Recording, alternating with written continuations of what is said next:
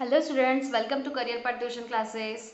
हमने previous topic पढ़ा था कि नेचर किस तरीके से रहेगा, हैलो एरिन्स में किस तरीके से बॉन्डिंग होगी, nucleophilic substitution reaction hello arenes क्यों नहीं देता।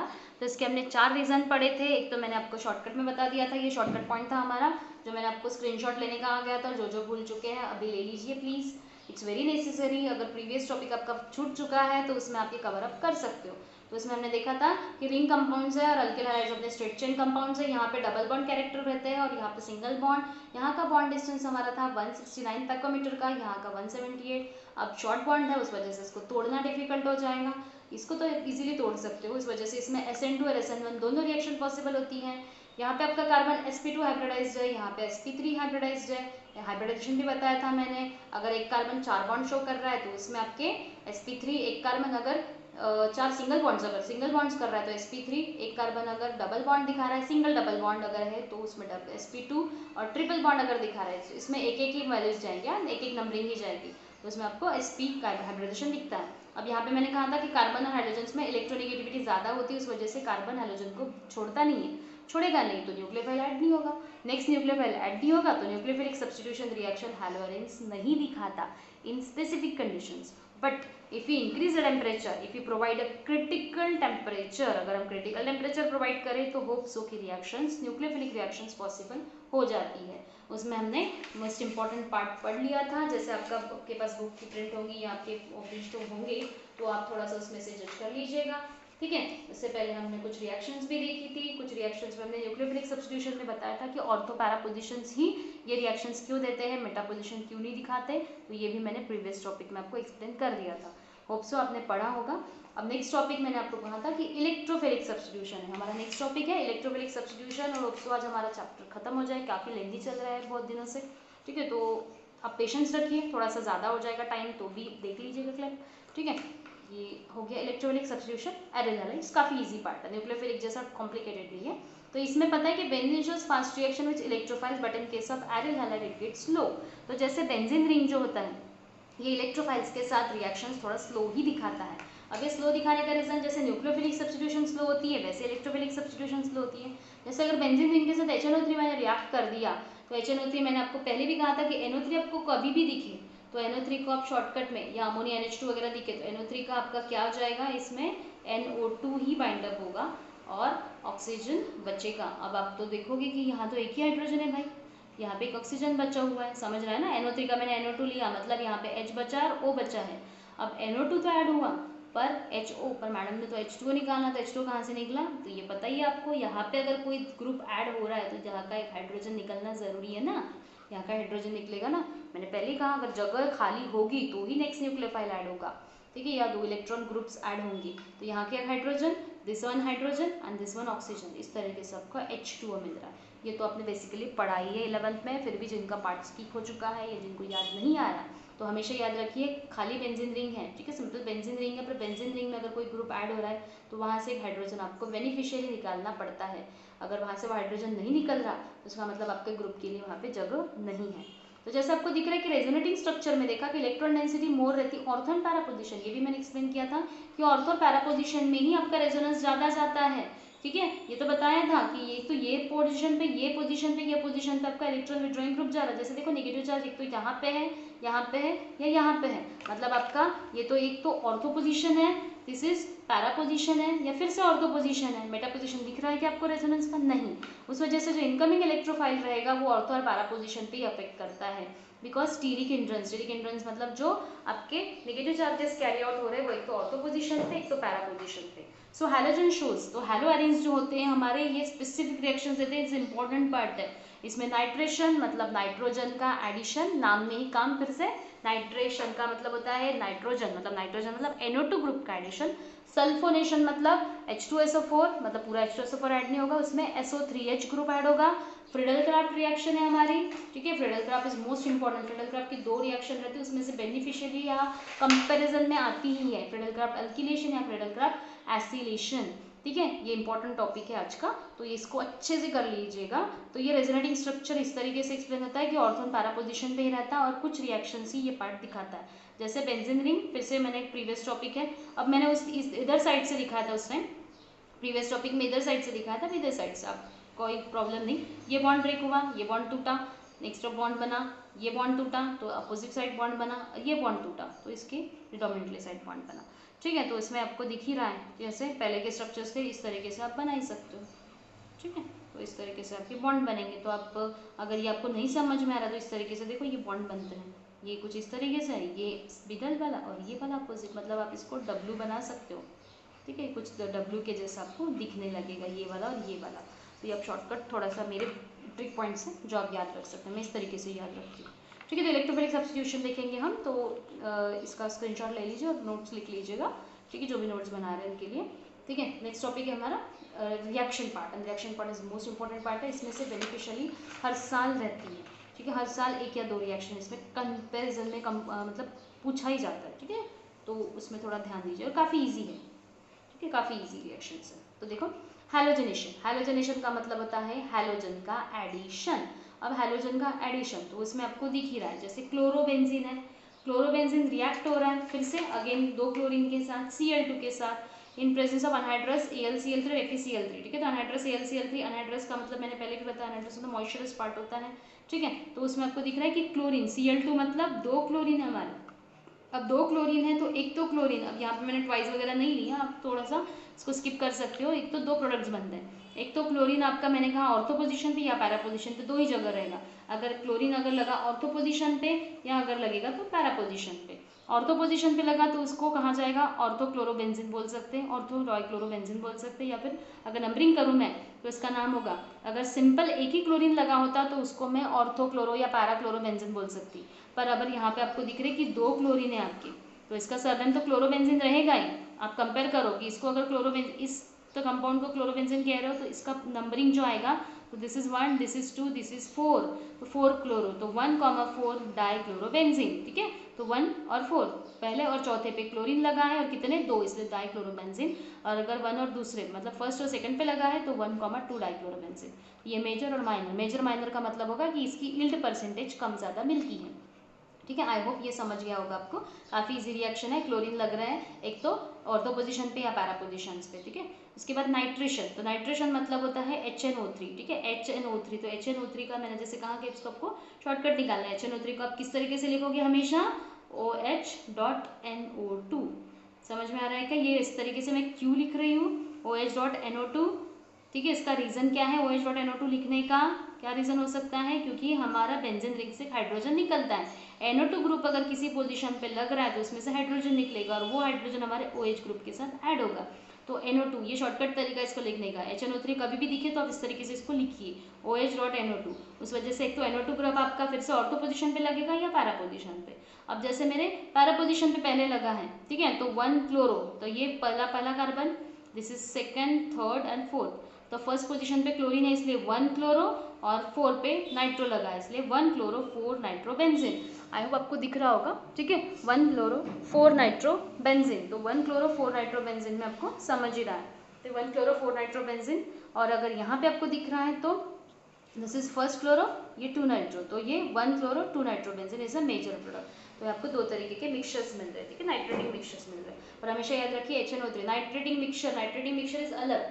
ठीक है, नाइट्रेटिंग मिक्सचर में आपको HNO3 का ही दिखा है H2SO4 के साथ मिक्सचर बनाया जाता है, तो ये ज़रूरी है। और कॉन्सेंट्रेट H2SO4 यहाँ पे आपको लिखना भी जरूरी है। नाइट्रेटिंग मिक्सचर का मतलब होता है HNO3 प्लस H2SO4, पर उसमें से H2SO4 ऐड नहीं होता, आपका सिर्फ HNO3 का NO2 ही ऐड होगा। H2SO4 सिर्फ आपके रिएक्शन पार्ट पे लिखा रहता है। ठीक है, तो ये कुछ ट्रिक पॉइंट्स है जो याद रखिए। तो नाइट्रेशन का मतलब होता है एडिशन ऑफ NO2 ग्रुप। ठीक है, ये हो गई हमारी हैलोजनेशन, ये हो गई नाइट्रेशन। इसका स्क्रीनशॉट ले लीजिए, इट्स इंपॉर्टेंट पार्ट। ये हर साल रहती है रिएक्शंस, ये 4 रिएक्शंस में से 1 या 2 कंपलसरी रहती है। प्रीवियस या उससे भी प्रीवियस ईयर्स में तो कंटिन्यूशन में तीनों पूछी गई थी। ठीक है, कंटिन्यूशन में तीनों थी, एज इट इज नीचे वैसे कि वैसे बुक मैटर। ठीक है, तो उसी तरीके से ये बहुत इंपॉर्टेंट पार्ट है। तो इलेक्ट्रोफिलिक सब्स्टिट्यूशन। ठीक है, देन नेक्स्ट है हमारा सल्फोनेशन। तो सल्फोनेशन का मतलब होता है H2SO4 का एडिशन। अब H2SO4 जैसे मैंने उसका शॉर्ट ट्रिक बताया था आपको कि किस तरीके से लिखना है, तो वैसे ही आप H2SO4 को भी बता देती हूँ किस तरीके से लिखना है। इसको भी आप इस तरीके से लिख सकते हो OH.SO3H। ये शॉर्टकट तरीके हैं लिखने के, उस वजह से आपको जल्दी समझ में आ जाएगा कि कौन सा पार्ट लग रहा है, कौन सा पार्ट रिमूव हो रहा है। ठीक है, तो जैसे OH.SO3H, तो मेरा क्लोरोबेंजीन तो है ही as it is. SO3H group एक तो ऑर्थो पोजीशन पे लगेगा, एक तो पैरा पोजीशन पे लगेगा। ठीक है। और OH तो पता ही है, अगर यहाँ पे लग रहा है तो यहाँ से हाइड्रोजन निकला है, यहाँ पे लग रहा है तो यहाँ से हाइड्रोजन निकला है, तो H और OH मतलब H2 तो बाय प्रोडक्ट आपके रहेंगे। It's not necessary to return here. तो अगर SO3H ग्रुप आपका ऑर्थो पोजिशन पे लग रहा है तो उसका नाम देखिए 2-क्लोरोबेंजीन सल्फोनिक एसिड। अब इसको 2-क्लोरोबेंजीन क्यों कहा गया, क्योंकि बड़ा ग्रुप है, बल्कि ग्रुप को प्रेफरेंस देना पड़ता है, इसलिए ये फर्स्ट नंबर हो गया, this is second, this is third, fourth, fifth and six. ठीक है, तो 2-क्लोरोबेंजीन। अब सेकंड पोजीशन पे आपका क्लोरीन लगा है, इसलिए 2-क्लोरो और बेंजीन सल्फोनिक एसिड, मतलब बेंजीन सल्फोनिक एसिड आपका मेन नाम हो गया इसका। या फिर अगर ये फर्स्ट पोजीशन पे है तो 2, 3, 4, तो 4 पे दिख रहा है आपको तो 4-क्लोरोबेंजीन सल्फोनिक एसिड। यहाँ से करो, यहाँ से करो, 4 पे ही क्लोरीन आएगा। ठीक है, are you getting my point. तो आपको HNO3 अगर दिख रहा है तो आपको HNO3 में शॉर्टकट में क्या लिखना है, OH.NO2, उसमें भी OH H के साथ निकल रहा है H2 बन के, और H2SO4 अगर है तो SO3H और OH के साथ निकल रहा है। Then Friedel Crafts reaction, Friedel Crafts में अल्किलेशन और एसिलेशन। अल्किलेशन का मतलब होता है अल्किल हैलाइड ऐड होना, और एसिलेशन का मतलब होता है एसिटिल ग्रुप ऐड होना। अब एसिटिल ग्रुप बताती हूँ किस तरीके से, पहले आप एक एक देखिए।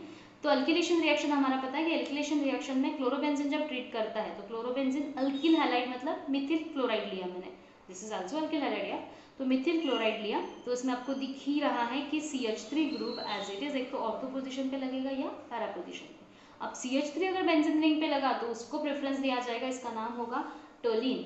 ठीक है, तो ये हो गया आपका 1-क्लोरोटोलिन या 4-क्लोरोटोलिन। अब टोलिन क्यों, क्योंकि मेन स्ट्रक्चर है आपका टोलिन का, और टोलिन के साथ पहले कार्बन पे क्लोरीन लगा है, इसलिए इसका नाम होगा 1-क्लोरोटोलिन, और अगर फोर्थ कार्बन पे लगा है तो 4-क्लोरोटोलिन। समझ रहा है। तो सल्फोनेशन का मतलब होता है सल्फ्यूरिक एडिशन, सल्फ्यूरिक एसिड का एडिशन, और फ्रीडल क्राफ्ट रिएक्शन में दो रिएक्शन है, एक तो अल्किलेशन, ये भी आती है, एसिलेशन, इसमें से वही आएगी। ठीक है, तो CH3 ग्रुप अगर लगा है तो उसका नाम हो जाएगा टोलिन। ये एज इट इज वैसे की वैसी आती है, इसमें कोई चेंजेस नहीं आते, उसमें जब आपको इसको अच्छे से अच्छे प्रिपेयर करना है, और कंफर्म मेरी तरफ से कंफर्म है कि ये रिएक्शंस हर साल आती ज़रूर है। ठीक है, इसलिए बेसिकली इसको आप अच्छे से ध्यान दीजिए। ठीक है, और नेक्स्ट टॉपिक है इसका एसिलेशन। ठीक है, तो अल्किलेशन जैसा ही था वैसे ही एसिलेशन, एसिलेशन का मतलब एसिटिक एसिड। ठीक है, मैं अगर एसिटिक एसिड बनाऊँ तो CH3COOH हमारा एसिटिक एसिड ग्रुप है। अब एसिटिक एसिड ग्रुप के साथ ठीक है H का रिप्लेसमेंट हो रहा है Cl से। ठीक है, तो Cl से रिप्लेसमेंट हो रहा है मतलब CH3C double bond O Cl, तो Cl रिप्लेसमेंट हो रहा है इसलिए इसका नाम होगा एसिटिल क्लोराइड। तो क्लोरोबेंजीन जब ट्रीट होगा लिविस एसिड कैटलिस्ट के साथ एसिटिल क्लोराइड में तो ये देता है 2-क्लोरोएसिटोफिनॉन या 4-क्लोरोएसिटोफिनॉन। अब 2-क्लोरोएसिटोफिनॉन या 1-क्लोरोएसिटोफिनॉन का मतलब क्या होगा कि स्पेसिफिक ये रिएक्शंस जो है, ठीक है, अगर मैं ये पूरा रिएक्शन, ये पूरा ग्रुप, ठीक है, ये पूरा ग्रुप अगर ऑर्थो पोजीशन पे लगाओ या पैरा पोजीशन पे तो इसका नाम हो जाएगा 1-क्लोरो, और ये होगा एसिटो। ठीक है, दिस इज एसिडो ग्रुप, और ये हो गया फिनॉन ग्रुप। ठीक है, फिनॉल रिंग है इसलिए इसको फिनॉन कहा जाएगा। वैसे 4 पोजीशन पे लगा है तो 4-क्लोरोएसिटोफिनॉन, 4 पोजीशन पे लगा इसलिए इसका भी नाम 4-क्लोरोएसिटोफिनॉन। तो ये हमारी मोस्ट इंपॉर्टेंट रिएक्शंस थी आज की, इलेक्ट्रोफिलिक सब्स्टिट्यूशन। तो इलेक्ट्रोफिलिक सब्स्टिट्यूशन में हमने देखा कि रिएक्शंस तो स्लो होती है पर ये ऑर्थो और पैरा पोजीशन से देते हैं। मोस्ट इंपॉर्टेंट है इसमें ये चारों रिएक्शन, जिसमें हमने हैलोजनेशन मतलब हैलोजन का एडिशन, नाइट्रेशन मतलब NO2 ग्रुप का एडिशन, सल्फोनेशन इसका मतलब होगा सल्फ्यूरिक एसिड का एडिशन, और फ्रीडल क्राफ्ट अल्किलेशन या एसिलेशन मतलब इसमें अल्किल ग्रुप या एसिटिल ग्रुप इन्वॉल्व होता है। तो ये बेसिकली आपको बहुत अच्छे से रिएक्शंस करने हैं क्योंकि मोस्ट इंपॉर्टेंट टॉपिक है, और ये कंफर्म इसमें से एक या दो रिएक्शंस हर साल रहती है, डोमिनेटली हर साल रहती है, इसलिए अच्छे से आपको करना है। ठीक है, सो हमारा नेक्स्ट टॉपिक है uses and environmental effects of polyhalogen compounds. ठीक है, तो जैसे हमने अभी तक बहुत सारी चीज़ें पढ़ ली थी, इसमें प्रिपरेशंस पढ़े थे, देन हमने यूजेस पढ़ लिए थे। ठीक है, chemical reactions, physical reaction, physical properties, carbon halogen का बॉन्ड कितना स्ट्रॉन्ग होता है, कितना वीक होता है, न्यूक्लियोफिलिक रिएक्शन, इलेक्ट्रोफिलिक रिएक्शन, ये सारे पॉजिटिव पॉइंट्स थे। पर एनवायरमेंटल इफेक्ट्स क्या होते हैं, ठीक है, जो हम हैलोजन कंपाउंड्स देख रहे हैं, तो पॉली हैलोजन कंपाउंड्स मतलब पॉली का मतलब अगर एक कार्बन के साथ मल्टीपल हैलोजन्स अगर लगे हुए हैं तो उसको पॉली हैलोजन कंपाउंड्स कहा जाता है। तो अगर पॉली हैलोजन कंपाउंड्स है तो उसके कुछ यूजेस भी होते हैं, पर जितने यूजेस होते हैं उतने उसके एडवर्स इफेक्ट्स भी होते हैं, तो वही हमें कंटिन्यूएशन में पढ़ना है। तो सबसे पहला है हमारा डाइक्लोरोमीथेन। तो डाइक्लोरोमीथेन आपको जनरली तो पता ही है, मीथेन का फॉर्मूला है CH4। अब यहाँ पे डाइक्लोरो कहा गया है मतलब आपके 2 हाइड्रोजन रिप्लेस होंगे 2 क्लोरीन से। ठीक है, 2 हाइड्रोजन की जगह 2 क्लोरीन रिप्लेस हो रहा है, मतलब इसका फॉर्मूला क्या बना आपका CH2 एंड Cl2। ठीक है, समझ में आ रहा है किस तरीके से बन रहा है। तो CH2Cl2 हमारा ये फॉर्मूला है, जिसको डाइक्लोरो, 2 क्लोरो और मीथेन तो उसका सरनेम रहेगा ही। तो इसका यूजेस देखिए कहाँ कहाँ आता है, मैंने ये पॉइंट वाइज लिख के दिया, आपके बुक में हो सकता है कम ज़्यादा हो, ठीक है। तो ये मेरे ओन पॉइंट्स में फॉर्म में है, तो जैसे आपको बहुत सारी चीज़ें याद नहीं रखनी है, 2 मार्क्स के ऊपर नहीं आएगा यूजेस एंड एनवायरमेंटल इफेक्ट्स। तो आपको पॉइंट्स तो बहुत सारे हैं, आपको जो भी सुटेबल लग रहे हैं, याद आ रहा है, कुछ कॉमन पॉइंट्स है सब में, तो वो आप कॉमनली लिख ही सकते हो, जो मैं बताती हूँ फाइनली कॉमन पॉइंट्स कौन कौन से हैं। तो यूजेस में जैसे ये वाइडली यूज हो रहा है डाइक्लोरोमीथेन आपका solvent as a paint remover. Paint remover मतलब अगर पेंट लगा है, जैसे पेंट रिमूवर है, मतलब आपके जो नेल पेंट रिमूवर्स वगैरह होते हैं या पेंट रिमूवर्स जो होते हैं, ठीक है, टार्पिंग्स वगैरह, जैसे हाथ में पेंट वगैरह लग गया तो वो पानी से नहीं निकलता, तो हम कुछ स्पेसिफिक रिमूवर्स यूज़ करते हैं जिसको टार्पिन वगैरह कहा जाता है। तो दिस इज अ रिमूवर है, ठीक है, ये डाइक्लोरोमीथेन की तरह यूज़ होता है। फिर प्रोपेलेंट इन एरोसोल्स, तो प्रोपेलेंट का मतलब होता है स्मेल्स वाली चीज़ें, ठीक है। प्रोपेलेंट, एरोसोल्स का मतलब होता है जैसे मॉर्टिन स्प्रे, कॉकरोच स्प्रे, इस तरीके में भी ये प्रोपेलेंट्स हो सकते हैं। And also is in metal cleaning, ठीक है। तो मेटल क्लीनिंग और पॉलिशिंग के लिए, जैसे फिनिशिंग या पॉलिशिंग के लिए, जैसे आयरन के मटेरियल को, बार को हमें कलर करना है, तो कलर करने से पहले हम उसको फिनिशिंग करेंगे, उससे हम क्लीन करेंगे, इससे डाइक्लोरोमीथेन से उसको क्लीन करने के बाद ही आगे हम उसको पेंट या वार्निशिंग जो भी करना है वो नेक्स्ट टाइम करेंगे। एनवायरमेंटल इफेक्ट्स भी काफ़ी हैं इसके, ठीक है। तो ये it affect the central nervous system, ये जो डाइक्लोरोमीथेन का पार्ट है ये बाकी सभी जगह, मतलब एनवायरमेंटल इफेक्ट्स तो कॉमनली सभी के सेम ही रहेंगे, तो आपको बहुत ज़्यादा लर्न करने की ज़रूरत नहीं पड़ेगी। एनवायरमेंटल इफेक्ट इसका उसमें उसका उसमें हो भी गया तो भी कोई मैटर नहीं क्रिएट होगा, ठीक है। इसमें आपको रॉन्ग्स वगैरह नहीं मिलेगा, क्योंकि मोस्ट ऑफ द जो एनवायरमेंटल हजार्डियस इफेक्ट्स है वो कॉमन ही जाएंगे, ठीक है। तो एनवायरमेंटल इफेक्ट्स में तो it harms the central nervous system, मतलब आपके ब्रेन को हैमरेज कर सकता है। जैसे कभी आपने घर में मॉर्टिन स्प्रे वगैरह किया होगा, ठीक है, मॉर्टिन स्प्रे करने के बाद आपको स्मेल तो अच्छी आती है पर अजीब सा लगता है, एकदम अजीब सा, सर में कुछ अलग सा घूमे जैसा, तो इसका मतलब होता है कि वो सेंट्रल नर्वस सिस्टम को हैंग कर रहा है हमारे। It expose of methylene chloride in air can lead to impaired hearing and vision. अगर मिथिलीन क्लोराइड हवा में ज़्यादा स्प्रेड में हुआ, जैसे कोई कंपनी में कोई काम कर रहा है, मिथिलीन क्लोराइड उसमें एक्सपोज हो गया अचानक से, तो उसमें एक सुनने में प्रॉब्लम आ सकता है या दिखने में भी प्रॉब्लम आ सकता है, साथ साथ में कॉर्निया को भी अफेक्ट करता है, कॉर्निया, ठीक है। कॉर्निया मतलब आपकी आंखों की जो साइट है उसको अफेक्ट कर सकता है। Higher level of methylene chloride in air cause dizziness. Dizziness का मतलब होता है आपको चक्कर आए जैसा लगेगा या थोड़ा सा घूमे जैसा लगेगा, ठीक है, कुछ उस तरीके से। ठीक है, डिजीनेस के साथ नॉजिया मतलब वोमिटिंग की फीलिंग होती है, टिंगलिंग होता है, tingling and numbness in the fingers and toes, मतलब हाथ पैरों में जकड़न जमान लगेगा। देन इन स्किन कॉन्टैक्ट, अगर स्किन के कॉन्टैक्ट में आया तो ह्यूमन्स कॉज बर्निंग, ठीक है। बर्निंग मतलब वो पोर्शन, जैसे किसी चींटी ने काटा या हनी बी ने काटने के बाद जैसे आपका स्पेसिफिक पोर्शन रेड हो जाता है, तो वैसे ही ये स्किन के कॉन्टैक्ट में आया तो आपका वो पोर्शन रेड हो जाएगा और इरिटेशन होगा, मतलब जले समान लगेगा।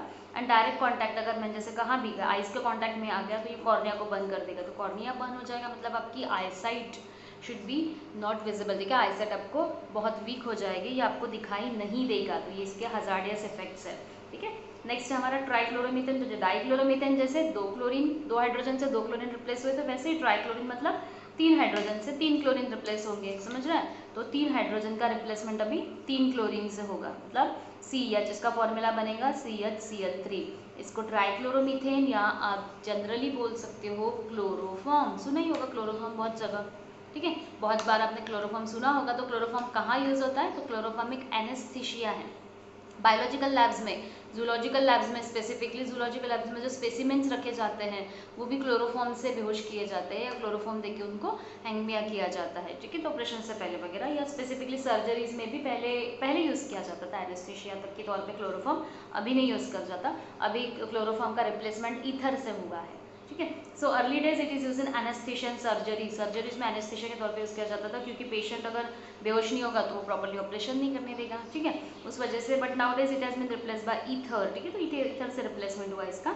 इंडस्ट्री में अगर देखा जाए तो क्लोरोफॉर्म जो इज अ सॉल्वेंट, सॉल्वेंट मतलब बहुत सी चीज़ों को डिजोल्व करने के लिए यूज़ किया जाता है, जैसे फैट्स को, ठीक है, चमड़ा वगैरह के फैक्ट्री में, अल्केलॉइड्स को, वैक्सेस को एंड रबर को, ठीक है। तो इन सब चीज़ों को मिक्स करने के लिए या सोल्यूबल करने के लिए भी क्लोरोफॉर्म यूज़ किया जाएगा, ठीक है, बहुत ज़्यादा लेवल में नहीं पर क्लोरोफॉर्म यूज़ किया जाता है इंडस्ट्रीज़ में, और उस वजह से क्या होगा कि आपका ये सॉल्वेंट प्रिपरेशन की तरह एक्ट करता है। नेक्स्ट पॉइंट से it is use in laboratory reagent. Laboratory में आपने देखा ही होगा, पर हमारा जो लैब में रहता है वो क्लोरोफॉर्म थोड़ा सा माइल्ड रहता है, काफ़ी माइल्ड रहता है, अदरवाइज बच्चे एक दूसरे को ही सूंघा के बेहोश हो जाए, ठीक है, उस वजह से। तो इसलिए लैबोरेटरी रिएजेंट जो होता है वो काफ़ी माइल्ड होगा आपका, ठीक है। देन इज यूज मेडिसिन, जैसे मैंने कहा है मेडिसिन में बहुत सी जगह आपको ये यूज़ में होगा। एंड सबसे यूज होता है इसका फ्रियॉन, रेफ्रिजरेंट में, ठीक है। तो रेफ्रिजरेंट मतलब रेफ्रिजरेटर में जो गैस होती है फ्रियॉन गैस, उसमें ये काफ़ी क्वांटिटी में जाता है, इसलिए इसके एनवायरमेंटल इफेक्ट्स भी काफ़ी है। फिर से जैसे मैंने कहा कुछ सिम्टम्स कॉमन दिखेंगे तो सेंट्रल नर्वस सिस्टम को हैंग करेगा। अगर क्लोरोफॉर्म हमने सोगा तो सेंट्रल नर्वस सिस्टम हैंग हो रहा है, मतलब आपको नींद आ रही है, मतलब आप बेहोश हो रहे हो। Then inhaling short time cause a dizziness, अगर थोड़ा सा भी आपने इसको सूंघ लिया, ठीक है, इसको अगर आपने सूंघ लिया तो डिजीनेस एंड हेडेक, डिजीनेस मतलब आपको ऐसे बेहोशी जैसा लगेगा, साथ साथ में काफ़ी हेडेक भी होता है। लॉन्ग एक्सपोजर में cause a damage to liver and kidney, अगर आप कंटिन्यूएशन में उसके यूज़ में हो तो आपको लिवर डैमेज भी हो जाएगा, क्योंकि लिवर ऑफकोर्स आप स्मेल ले रहे हो, स्मेल लेते लेते वो नाक से आपके लीवर में जा सकता है, ठीक है, किडनी को डैमेज कर सकता है। Then because chloroform is metabolize in poisonous phosgene gas, ठीक है, तो क्लोरोफॉर्म जो है वो मेटाबोलाइजेशन नहीं होता, मतलब आपकी बॉडी में मेटाबोलाइजेशन का मतलब मेटाबोलाइज मतलब डाइजेशन नहीं कराने देगा, और ये पॉइजनस फॉस्जिन गैस बनता है। फॉस्जिन का फॉर्मूला है PH3, जो हम पी ब्लॉक एलिमेंट्स में पढ़ेंगे कि क्या काम है। तो फॉस्जिन जो है उस वजह से ये एक पॉइजनस इफेक्ट कैरी करता है, ठीक है। ये हो गया आपका क्लोरोफॉर्म या ट्राइक्लोरोमीथेन, ठीक है। तो काफ़ी सिम्टम्स इसके कॉमन है, आपको समझ में ही आ रहा होगा। नेक्स्ट है हमारा टेट्राक्लोरो। अब जैसे मैंने पहले कहा कि एक कार्बन के 2 हाइड्रोजन रिप्लेस हुए थे, तो उसका मतलब था कि आपका डाइक्लोरोमीथेन। 3 हाइड्रोजन रिप्लेस हुए तो ट्राइक्लोरोमीथेन, और अभी चारों के चारों हाइड्रोजन रिप्लेस हुए तो उसको कहा जाएगा tetrachloride. This is a carbon, this is a 4 chlorine, मतलब कार्बन टेट्राक्लोराइड या टेट्राक्लोरोमीथेन, दोनों नाम है, कॉमन IUPAC दोनों नाम। यूजेज है, इट इज लार्ज क्वांटिटी में आपको यूज होता है मैन्युफैक्चरिंग, फिर से ये रेफ्रिजरेंट में यूज होता है, ठीक है, रेफ्रिजरेंट में, और प्रोपेलेंट फॉर एरोसोल्स, ठीक है, एरोसोल्स कैंस में वगैरह जाएगा, मतलब जैसे मैंने कहा मॉडर्न स्प्रे में वगैरह वगैरह ये यूज़ होता है। फार्मास्यूटिकल में तो यूज़ होता है, ये सारी चीज़ें फार्मास्यूटिकल में यूज़ होती है, मतलब ये तो कॉमन यूज़ है आपका। साथ साथ में ये रेफ्रिजरेंट में यूज़ होता है, ये भी कॉमन यूज़ है। Then also use as a solvent, ये देखो ये भी आपका एक कॉमन यूज़ है, ये ऑयल फैट्स और वैक्सेस को डिजोल्व करने के लिए भी हेल्प करता है। और फायर एक्सटिंग्विशर, ये एक नेक्स्ट पॉइंट है इसमें टेट्राक्लोराइड में, कि ये फायर एक्सटिंग्विशर और ड्राई क्लीनिंग में यूज होता है, तो ये एक अलग पॉइंट है टेट्राक्लोराइड का जो आपको जनरली याद रखना है, ठीक है। तो टेट्राक्लोराइड और ड्राई क्लीनिंग में यूज होता है। एनवायरमेंटल इफेक्ट्स में एक्सपोजर, अगर कार्बन टेट्राक्लोराइड एक्सपोज हो रहा है तो एक्सपोज हो रहा है का मतलब क्या होगा कि अगर ये स्प्रेड हो रहा है हमारे सराउंडिंग में तो ये लीवर कैंसर, फिर से वही पार्ट है, लीवर कैंसर कर सकता है, डीमन कॉमन ह्यूमंस में होता है। कॉमन इफेक्ट फिर से डिजीनेस है, हेडेक है, नोजिया है, ओमिटिंग है, ठीक है। तो ये सारी चीज़ें, नोजिया मतलब ओमिटिंग की फीलिंग होना, और ओमिटिंग मतलब कंटिंग में ओमिटिंग होना, ये दोनों अलग अलग चीज़ें हैं, ठीक है। तो एनवायरमेंटल इफेक्ट्स में आपको दिखेगी कि कुछ कॉमन पॉइंट्स है, तो आप उसको लिख ही सकते हो एज इट इज़, ठीक है। नेक्स्ट हमारा उसी का कंटिन्यूएशन में एनवायरमेंटल इफेक्ट्स क्या होंगे, तो एनवायरमेंटल इफेक्ट्स में आपको दिख रहा है कि एनवायरमेंटल इफेक्ट्स हमारे स्पेसिफिकली डिजीनेस वगैरह जाता है, ठीक है। तो नेक्स्ट पॉइंट हमारा it also cause heart beat irregular, ठीक है। तो अगर हार्ट बीट इरेगुलर हो रही है तो डेथ तो होगी ही कंफर्म, ठीक है। हार्ट बीट अगर इरेगुलर हो रहा है हमारा इसके स्मेल से तो हमारी डेथ भी हो सकती है। ये केमिकल इरिटेट करता है आइज ऑन द कॉन्टैक्ट, ठीक है। तो आंखों में खुजलाना, बहुत ज़्यादा इचिंग होना, इरिटेशन होना, ये भी एक कॉमन सिम्टम है इसका। In air it rises to the atmosphere and deplete to ozone layer, ठीक है। तो जैसे मैंने कहा ही ये जो फ्लोरोकार्बन से रिलेटेड गैसेस है या कार्बन टेट्राक्लोराइड वगैरह वगैरह, जो फ्रियॉन से रेफ्रिजरेंट्स या फ्रियॉन, ये जो गैसेस है ये नॉर्मली ओजोन लेयर को डिप्लीट करता है। ओजोन लेयर डिप्लीट होना मतलब यूवी रेडिएशंस, खतरनाक यूवी रेडिएशंस मतलब हार्मफुल यूवी रेडिएशंस अर्थ तक पहुंचना, ठीक है। तो ये कॉमन पॉइंट्स जाएगा इसमें एनवायरमेंटल इफेक्ट्स में। उसके बाद आइडोफॉर्म, अब आइडोफॉर्म मतलब सिमिलर थिंग्स है, सिर्फ क्लोरीन की जगह 3 I रिप्लेस हो रहे हैं, ठीक है। एक कार्बन के साथ 3 I and as it is hydrogen, तो जैसे वो क्लोरोफॉर्म था CHCl3 हमारा क्लोरोफॉर्म था, ठीक है, CHCl3 हमारा क्लोरोफॉर्म था। और अगर ये मीथेन है तो ये CHCl3 हमारा क्लोरोफॉर्म है, और सिमिलरली अगर I रिप्लेस कर दिया तो उसको आइडोफॉर्म, ब्रोमीन होता तो ब्रोमोफॉर्म, सिमिलर नेम्स है। तो ये एंटीसेप्टिक है। आइडोफॉर्म एंटीसेप्टिक देखा होगा, जले हुए पे एक चॉकलेटी कलर का सिरप आता है, चॉकलेटी मतलब दिखने में चॉकलेटी होता है, एग्जैक्टली चॉकलेटी नहीं होता, ठीक है। तो वो जो होता है स्पेसिफिकली आयोडीन से बना रहता है, वो एंटीसेप्टिक है, मतलब ये बैंड बाउंड्स पे वगैरह लगाया जाता है, जख्मों पे लगाया जाता है, उसके बाद आपका बैंडेज वगैरह करने में हेल्प होता है, ठीक है। यूजिंग फार्मास्यूटिकल्स में ज़्यादा, और हीलिंग एजेंट, हीलिंग मतलब आपकी जख्म अगर हुई है तो जख्म को जल्दी भरने में ये हेल्प करता है, यह आयोडोफॉर्म का काम। एनवायरमेंटल इफेक्ट्स में अगर देखा जाए तो it irritate the skin and eyes, फिर से वही कॉमन पॉइंट है कि स्किन और आईज को इफेक्ट करेगा, ठीक है। ब्रीथिंग रेट में डिफिकल्टी होगी, मतलब सिमिलर पॉइंट्स, फिर से ब्रीथिंग रेट में डिफिकल्टी होगी, मतलब इरेगुलर हार्ट बीट होगी, नोजिया होगा, डिप्रेशन होगा, डिजीनेस होगा, और सेंट्रल नर्वस सिस्टम को अफेक्ट करेगा, ये तो कॉमन पॉइंट है, तो ये आप हर इसमें लिख सकते हो, ठीक है। एंड नेक्स्ट है फ्रियॉन्स। फ्रियॉन्स गैस आपने देखी होगी, देखी नहीं होगी गैस तो देखी नहीं होगी ऑफकोर्स। तो फ्रियॉन्स जो होता है एसी में से, ठीक है, एयर कंडीशनर में से या रेफ्रिजरेंट्स में यूज़ होता है, और ये जो गैस है, ठीक है, तो इट्स नेम एज फ्रियॉन्स, इसको फ्रियॉन कहा जाता है क्योंकि फ्रीज करने की गैस। अगर ये गैस, जैसे आपने कभी देखा होगा आपका फ्रीज ठंडा नहीं होता, मतलब अगर आपने किसी मैकेनिकल को बोला तो बोलते हैं कि गैस खत्म हो गई, तो गैस खत्म हो गई मतलब क्या, ये गैस जो है लीक हो जाती है, लीक होने की वजह से आपका फ्रिज है एसी ठंडा नहीं होता, ठीक है। तो इट्स वेरी इंपॉर्टेंट, ठीक है, फ्रियॉन्स जो गैस है वो बहुत इंपॉर्टेंट है आपकी एसी या फ्रिज को ठंडा करने में, इसलिए। पर नॉर्मली ये फ्रियॉन गैस काफ़ी हार्मफुल इफेक्ट भी करती है, ओजोन लेयर को डिप्लेक्ट करने में इसका बहुत ज़्यादा रोल प्ले होता है। उस वजह से गवर्नमेंट के रूल्स के अकॉर्डिंगली आपका जो एसी का टेम्परेचर है वो 18 से नीचे नहीं जाता, अभी तो नॉर्मली 23 से भी नीचे नहीं जाता, पहले के एसीज में 18 से नीचे नहीं जाता था, मतलब जितना ठंडा होगा उतनी ये फ्रियॉन गैस ज़्यादा रिलीज होगी, और जितनी ज़्यादा रिलीज होगी, ये जैसे रिलीज हो जाती है वैसे ही अप टू लेवल मतलब सबसे ऊपर के लेवल पे जाएगा, ठीक है, स्ट्रेटोस्फीयर से निकल के सीधा सीधा एक्सोस्फीयर तक जाएगी और सीधा ओजोन लेयर को डिप्लेक्ट करने लग जाती है। उस वजह से it will be very risky to humans, ठीक है, रिस्की है ह्यूमंस के लिए, उस वजह से ये फ्रियॉन गैस काफ़ी हार्मफुल होती है। ये प्रोपेलेंट्स भी, फिर से मैंने कहा प्रोपेलेंट्स मतलब आप एरोसोल्स में यूज़ कर सकते हो, स्प्रे डिओड्रेंट्स वगैरह जो होते हैं, डिओड्रेंट्स भी अपने लगाने के बाद जलता है, आप स्किन के अगर बहुत ज़्यादा पास से डिओड्रेंट लगा रहे हो तो आपको जलन होती है, तो ये भी एक तरीके का प्रोपेलेंट है। शेविंग क्रीम्स में होता है, हेयर स्प्रे, आपके हेयर सेटिंग स्प्रे, जेल्स वगैरह जो होती है जिससे आपके हेयर्स एज इट इज़ रहते हैं जैसे आपको चाहिए, इंसेक्टिसाइडल स्प्रे में भी ये यूज़ होता है फ्रियॉन गैस, तो ये हार्मफुल भी है, ठीक है, काफ़ी हार्मफुल भी है, तो ये फिलहाल तो यहाँ पे यूज़ हो रही है। और इसका अगर हम स्पेसिफिकली एनवायरमेंटल इफेक्ट्स देखें तो जैसे मैंने कहा ये प्रोटेक्टिव ओजोन लेयर को डिप्लेक्ट करती है, ओजोन लेयर अगर डिप्लेक्ट हो जाएगा, ठीक है, तो ओजोन लेयर डिप्लेक्ट होगा मतलब कि डायरेक्टली यूवी रेडिएशंस हमारे स्किन से आके टच होगी, स्किन से आई तो हमें इरिटेशन होता है, खुजली चालू हो जाती है, या हमारे स्किन कैंसर भी कॉज हो सकता है। इनहेलेशन, अगर फ्रियॉन गैस हमने इनहेल किया बहुत ज़्यादा तो ब्रीथिंग प्रॉब्लम्स में ऑर्गन डैमेज भी हो सकता है, ब्रीथिंग प्रॉब्लम से ऑर्गन डैमेज भी हो सकता है। And it also ban in many countries, बहुत से कंट्रीज में ये बैन है। नेक्स्ट हमारा डीडीटी। डीडीटी अगर देखा जाए तो ये है डाइक्लोरो डाइफिनिल ट्राइक्लोरो इथेन, ठीक है, तो डाइक्लोरो डाइफिनिल ट्राइक्लोरोथेन, बड़ा नाम है भाई, बड़ा। तो डीडीटी का full form para dichloro diphenyl trichloro ethane, ठीक है, बड़ा नाम है, जैसे मैंने कहा कि बहुत बड़ा नाम है इसका। तो डाइक्लोरो मतलब दो क्लोरीन स्ट्रक्चर बना है, और ये स्ट्रक्चर काफ़ी इंपॉर्टेंट है, ठीक है, स्ट्रक्चर काफ़ी इंपॉर्टेंट है जो आपको ड्रॉ करना है, 2 मार्क्स के लिए आता है, बहुत बार रिपीटेड है, एक तो कभी 1 मार्क्स के सेंटेंस में या 1 मार्क्स के सेंटेंस में आपको एमसीक्यू में जा सकता है, एमसीक्यू में 4 तरीके के स्ट्रक्चर्स रहते हैं जम्बलिंग में, और आपको करेक्ट स्ट्रक्चर टिक करना होता है, कॉम्पिटिटिव में भी जा सकते हैं, ठीक है, थोड़ा सा ट्रिक पॉइंट्स में कुछ करेक्शंस होंगे, जैसे यहाँ पे क्लोरीन लगा है तो यहाँ पे होगा, और 4 ऑप्शंस तो आपको पता ही है बहुत सिमिलर ऑप्शंस जाते हैं तो उस वजह से कन्फ्यूजन रहता है, और कभी कभी ये डीडीटी का स्ट्रक्चर ड्रॉ करने भी आता है, तो इसलिए इंपॉर्टेंट चीज़ है। तो डीडीटी जैसा डीडीटी पाउडर जो होता है it's powerful insecticides for killing mosquitoes and insects, ठीक है, तो पहले जो चीटी पाउडर आता था ना उसकी काफ़ी भयानक सी स्मेल आती थी, आपने कभी देखा होगा, पिंक कलर का एक चीटी पाउडर आता था, उसकी ना घर में अगर आप डालो तो उसकी स्मेल बहुत अजीब सी, मतलब आपको अजीब सा लगता था, सेंट्रल नर्वस सिस्टम हैंग हुए जैसा लगता था, तो वो जो है वो एक्जैक्टली डीडीटी पाउडर की तरह कैरी करता है।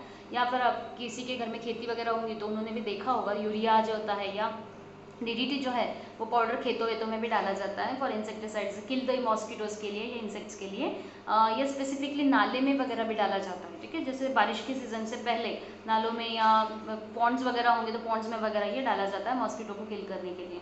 ये कलरलेस होता है, टेस्टलेस होता है, ओडरलेस होता है, क्रिस्टलाइन है, क्रिस्टलाइन मतलब थोड़ा सा ग्रैन्यूल फॉर्म में मिलेगा। एनवायरमेंटल इफेक्ट्स अगर देखें तो इससे अक्सर एक्सेसिव यूज़ अगर आपने बहुत डाला तो आपको ओमेटिंग, शेकीनेस, ओमेटिंग मतलब बहुत ज़्यादा अनहाइजीनिक, बहुत ही अजीब सा फीलिंग होता है, और शेकीनेस मतलब हाथ पैर में ठंडापना या मतलब जैसे शिवरिंग हुए जैसे लगता है। DDT is highly toxic to fishes. अब जैसे हम प्लांट्स में तो डाल दें, प्लांट्स में डालने के बाद DDT पाउडर घुलता नहीं है पानी में, और घुलेगा नहीं, और पानी के साथ ये मिक्स कहाँ होगा, तो पॉन्ड में, और पॉन्ड से वो नदियों में वगैरह जाएगा। अब वहाँ पे होती है फिशेस, फिशेस के अंदर अगर ये चला गया तो फिशेस के थ्रू ये फिर से ह्यूमन बॉडी में आ सकता है, क्योंकि फिशेस नॉर्मल ह्यूमंस खाते हैं, तो फिशेस से या अदर एनिमल से हमारी बॉडी में फिर से वापस आ सकता है। इस वजह से इट्स वेरी रिस्की। ये नॉन बायोडिग्रेडेबल है, लिख दिया है मैंने, नॉन बायोडिग्रेडेबल है मतलब इसका कोई डिग्रेडेशन नहीं होगा, ये सालों साल वैसे के वैसा पड़ा रहेगा, ठीक है। इसका कोई डिकम्पोजिशन नहीं है, डिग्रेडेशन नहीं है, उस वजह से एज इट इज़ आपको वैसे का वैसा मिलेगा। एंड लॉन्ग टर्म इफेक्ट्स भी दिखाता है, मतलब बॉडी में जाने के बाद आपको काफ़ी दिनों बाद भी ये इफेक्ट दिखा सकता है। यानी ऑर्गेनिक पोल्यूटेंट है, ठीक है, ऑर्गेनिक है पर पोल्यूटेंट भी है। And it's not metabolize by animals and deposited in tissue. Metabolize मतलब ये डाइजेस्ट नहीं होगा, हमारे पेट में पचेगा ही नहीं, उस वजह से हमारे टिश्यू में ये स्टोर हो जाता है, और स्टोर होने की वजह से इसके काफ़ी अजम्पशंस होते हैं, काफ़ी हाइजीनिक प्रॉब्लम्स क्रिएट हो सकती हैं, ठीक है। स्ट्रक्चर आपको अच्छे से ड्रॉ करना है, इसका आप एक स्क्रीनशॉट ले लीजिए, काफ़ी इंपॉर्टेंट है। होप्स तो आपने पहले के इसके भी स्क्रीनशॉट्स ले लिए होंगे, ठीक है। अगर नहीं लिए तो मैं फिर से कल रिवाइज करा देती हूँ होल लेसन शॉर्टकट में, शॉर्टकट ट्रिक्स में। तो जिनका भी पूरा लेसन छूटा है, एक आध क्लास छूटा है, तो प्लीज़ वो कल स्पेसिफिकली नेक्स्ट क्लास जो है वो अच्छे से थोड़ा बड़ा रहेगा, क्योंकि अभी इतना बड़ा सिलेबस है, मतलब इतना बड़ा अपना हैलोजन डेरिवेटिव्स का लेसन है, तो वो एक साथ रिवाइज कराना थोड़ा सा कॉम्प्लिकेशंस में हो सकता है, पर तब तक आप इसके index questions and exercise question ज़रूर कीजिए, ठीक है। अगर कोई डाउट्स है तो कमेंट्स में डालिए, मैं आंसर्स दे देती हूँ। साथ साथ में व्हाट्सअप, मेरे स्टूडेंट्स के पास तो व्हाट्सअप नंबर है ही, तो वो वहाँ पे मुझे पूछ सकते हैं। और अगर वीडियो लाइक हुआ तो यहाँ पे आपको आप शेयर कीजिए, वीडियो को लाइक कीजिए, सब्सक्राइब कीजिए मेरा चैनल। और आज का हमारा हैलोजन डेरिवेटिव्स लेसन यहाँ पे ओवर होता है, ठीक है। मैं कल आपको एग्जाम पॉइंट ऑफ व्यू से शॉर्ट ट्रिक्स में पूरा चैप्टर, होल चैप्टर रिवाइज करा देती हूँ। इसके बाद नेक्स्ट चैप्टर को आपको कौन सा पढ़ना है, आप मुझे कमेंट्स में डालिए कि नेक्स्ट चैप्टर आपको कौन सा पढ़ना है, ऑर्गेनिक से या फिजिकल केमिस्ट्री, इनऑर्गेनिक केमिस्ट्री। हाँ, मैम जितना ऑर्गेनिक केमिस्ट्री अच्छा पढ़ाती है उतना ही फिजिकल या इनऑर्गेनिक भी पढ़ा लेगी, ठीक है, ऑफकोर्स, ठीक है। मैं पढ़ा सकती हूँ, तो सॉलिड स्टेट वगैरह पढ़ना होगा तो सॉलिड स्टेट अगर शुरू कर सकते हैं हम, क्योंकि इट्स वेरी बेसिक चैप्टर्स है। और सॉलिड स्टेट में थोड़ी 3D इमेजेस वगैरह, 3D डायग्राम्स है, तो मैं वो आपको बता दी हूँ कैसे बनाएगा, कैसे रहेगा। तो आपको जो भी लेसन पढ़ना है आप मुझे कमेंट्स में डाल दीजिए, ठीक है, हम आगे कंटिन्यूशन में कर लेंगे। चलो तब तक टाटा, गुड बाय।